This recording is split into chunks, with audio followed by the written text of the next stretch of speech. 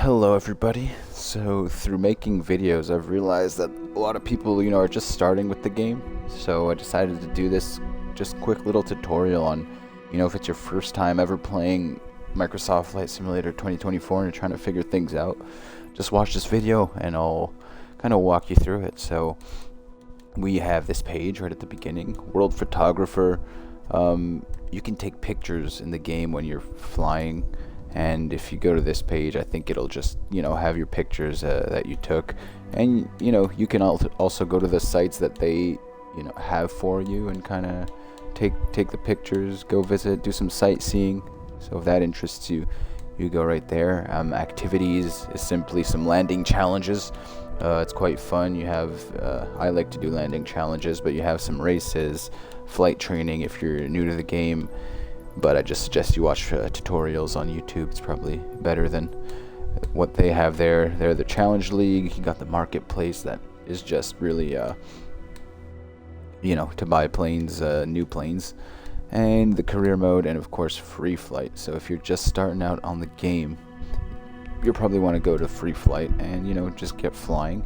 So the first thing you want to do is come to this page, and then you choose your airplane up here. You can choose whichever airplane you want. So we have obviously a wide range of planes and helicopters and everything, depending on which type of game you bought, the deluxe version or the super deluxe version, all that stuff.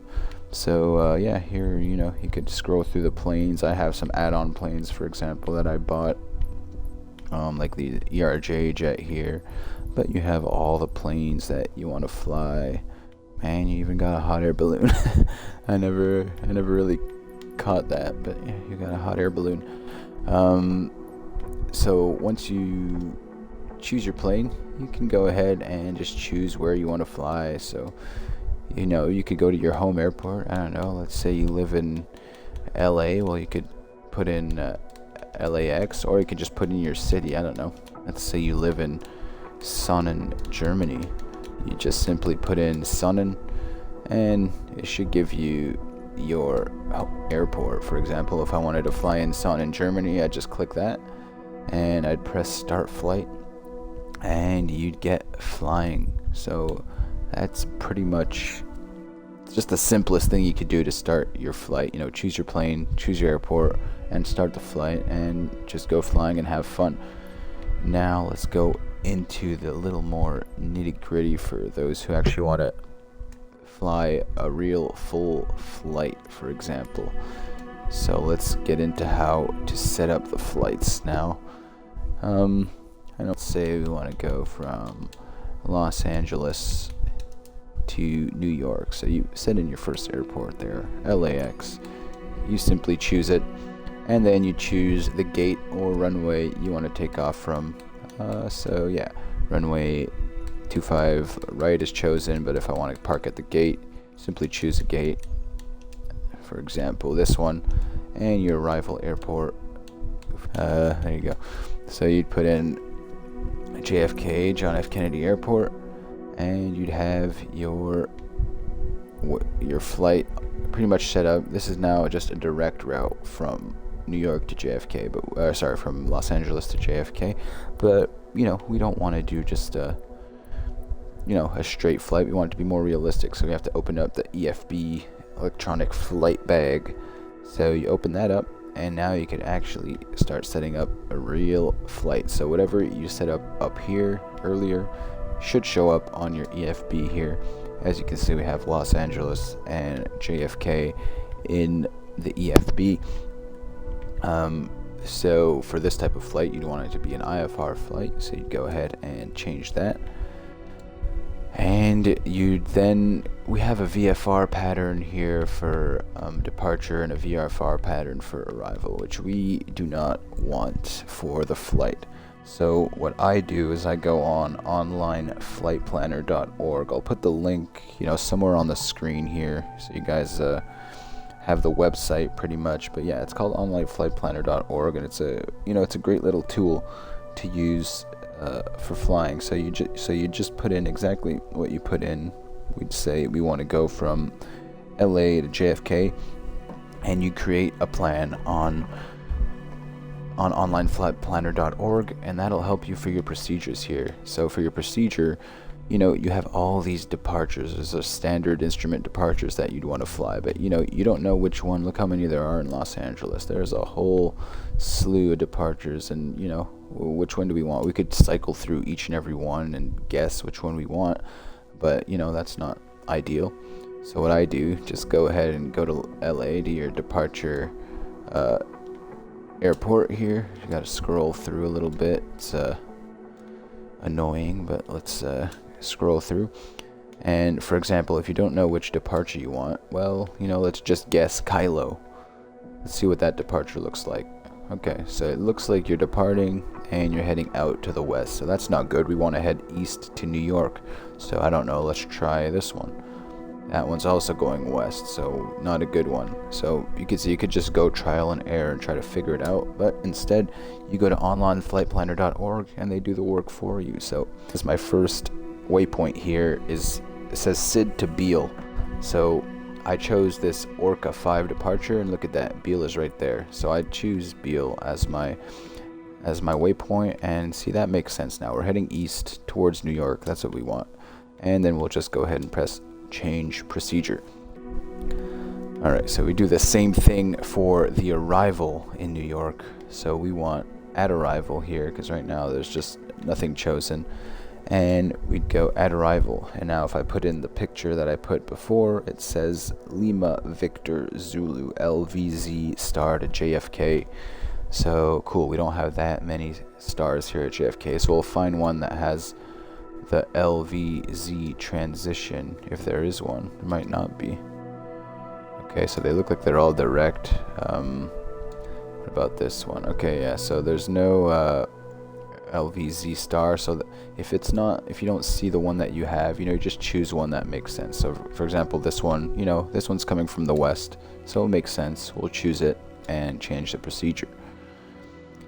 And we also want to change the approach procedure because we don't want a VFR pattern for our arrival. We want an ILS landing usually if we're trying to fly with some airliners. And we press change procedure, and that's perfect. Now this dog wants to come up on the couch. Alright, and finally, once we've done all that here, we've done LA, we chose our departure, we went JFK, we chose our approach and everything. We'll go ahead and press find route. So it took a little longer than I thought here, but there we go, our waypoints did come up. And now if you want to see if your waypoints make sense, you go back to the route page, and yeah, that makes sense. Sometimes the game messes up and it'll give you a waypoint all the way up here in northern Canada, and it doesn't make sense. So we are good with this. So we'll go back to my page here, the front page. Another thing, cruising altitude. We want a realistic altitude, so put something like 35,000 feet here, or flight level 350. And if ever you want to delete a waypoint, I think you can. Yeah, right here you can remove waypoint or add something before, add something after. If any waypoint, like I said, doesn't make sense, you can go ahead and delete it right there. But for now, it looks like a good flight plan. So we're not done yet. We do have to send it to the plane's avionics and send it with ATC. So now we've made our flight plan, but we actually have to file it with ATC. So simply file it here with ATC, and then you also send it to the avionics. That's going to send it to the plane. Now this doesn't always work. If you're flying the 320, the send route to avionics doesn't work. If you're flying the 737 or 747, it does work. I don't know if they fixed it yet. By the time you watch this video, if they have, then good, but if not, unfortunately you have to set all this up in your FMC once you're in the plane. And then you could actually see now the waypoints have shown up here on the page. So we got all our waypoints, and we probably have our arrivals here. If we zoom in, yeah, we have all our waypoints into our arrival and landing. So that's how we set up flights. So if that's all you were looking for, you can go ahead and click off the video now. Now I'm going to go more in depth into the settings here that I suggest for beginners.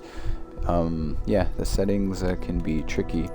So let's go to the settings page here. So first we have general settings, graphic settings. For me, there's nothing I could change here. Online, honestly, like this front part of the settings, you don't really need for if you're a beginner here. Assistances, that's a good page to have. So this is what I have right now. I don't fly any helicopters, so I didn't really mind with this. So AI auto trim, I suggest taking that off. It just I don't know, like for a beginner, I wouldn't even have it on for a beginner, honestly. It's not, it causes more problems than it does solutions. So yeah, I'd turn off auto rudder, assisted yoke, and auto trim.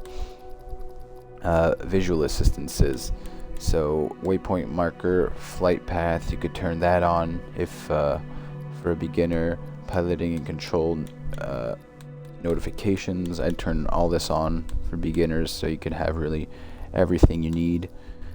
Then it's just realism, crash. An important thing here is ATC enforce flight plan, so I suggest to have this on, especially for beginners, and also have AI radio communications on.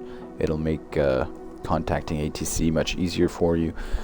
Actually just does it for you, you don't have to do anything. ATC enforce flight plan, what that does is, real quick, the flight plan that I created over here, if ATC enforce flight plan is on, that means that the ATC is gonna want you to fly exactly with all the waypoints you put, even if the active runway in New York is not the same one that you chose. The ATC enforced flight plan just makes that the ATC will make you fly this approach no matter what, even if there's another plane taking off in front of your face. Now if you turn that off, the ATC will bring you in more realistically with the real world runway, whichever runway is being used, at the time of your flight. I usually have ATC enforced flight plan off because I like the realism, but I've realized that when I don't have this on, at least for now, the game isn't as developed as it should be, and the ATC just sends you awry in different directions and doesn't always, send you the right way. So I turned this on for now, and I suggest you turn it on for now. I'm making this video in February 2025. If you're watching this in February of 2026, maybe the game's gotten a lot better, and ATC enforced flight plan could come off, and it'll be good. But for now, I turn this on. Control, now this is where you can change your bindings. So I have the HOTAS 1 yoke, so I made my own bindings here. For example, this is my go-to bindings for my flight. So if you want to change some of your controls and buttons, you simply do it here. So if I go and search by input, for example, if I touch this button, I chose the F2 as autopilot off. If I want to change it, I simply click it, I go over here, and I can change it just by clicking this button. And then I don't actually want to change it, but there we go. So yeah, you press select and you choose the button that you want for that binding here, and you can do that for everything, all of this stuff. Hook, virtual reality for flying with VR, landing gear, brakes, autopilot. I have a lot of them for autopilot, and you could also search the term directly up in the search bar. So if you want to, you want to change your rudder, so you just go rudder and you'll press search, and you have all these rudder settings that you want to change here. So yeah, set auto rudder, toggle rudder trim, everything. But yeah, it's just an example. And then accessibility, also I'm not really sure what accessibility is. Okay, subtitles, animations, narration, and audio. So I think we've pretty much gone through everything, guys, settings and flight planning. So let me know if you have any questions. I'm still learning about the game too, different things. Yeah. Thanks for watching the video. Let me know in the comments if you have questions, if things aren't working, and I'll try to get back to you guys. Thanks for watching. See ya.